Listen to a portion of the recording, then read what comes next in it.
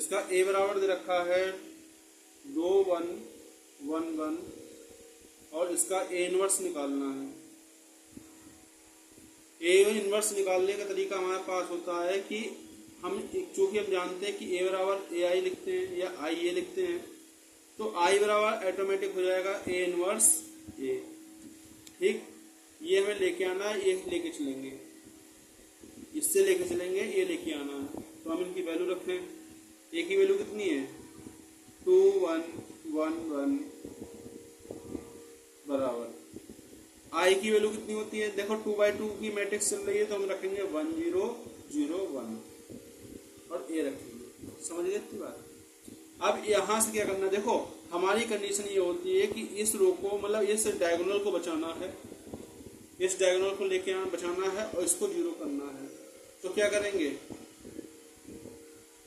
ये पहली रो है हमारे पास, ये दूसरी रो है, तो R1 tense to R1 minus R2 कर दें, क्योंकि एक में से घटेगा 0 बचेगा। ठीक, अब यहाँ क्या बचेगा, R1 में से R2 घटाया तो ये 2 में से घटाया तो कितना बचा 1 बचा, और यहाँ 1 में से घटाया कितना बचा 0 बचा, और यहाँ 1 और 1 ऐसे सेम टू सेम रहेगा। इसी प्रकार से यहाँ 1 में से हम 0 घटाएंगे तो 1 बचेगा, और 0 में से 1 घटाएंगे तो माइनस का 1 बचेगा। ठीक है, और ये सेम टू सेम ऐसे जैसे था लिखा होगा। ठीक है, अब अगली बार में हम क्या करेंगे, क्योंकि यहाँ 0 तो आ गया लेकिन यहाँ 0 नहीं आया, तो हम R2 में से R1 घटा दें, यानी दूसरी वाली रो में से पहली वाली रो घटा देंगे, तो यहाँ पे 0 आ जाएगा।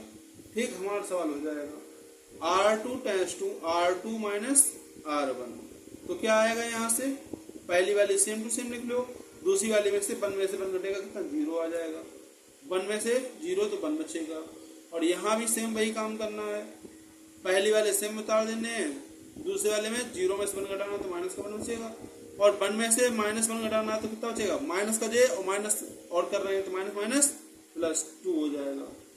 ठीक है, यहाँ हमारे पास क्या आ चुका है, आई आ चुका है। यहाँ हमने समीकरण मानी थी आई बराबर ए इनवर्स ए, तो वही यहाँ पर देखो कि ए इनवर्स ए, इसे कंपेरिजन अगर हम करें तुलना करें तो यहाँ क्या आएगा, ए इनवर्स की वैल्यू कितनी आ जाएगी, ए इनवर्स बराबर कितना आ गया 1 -1 -1 2, यही हमारा आंसर इनवर्स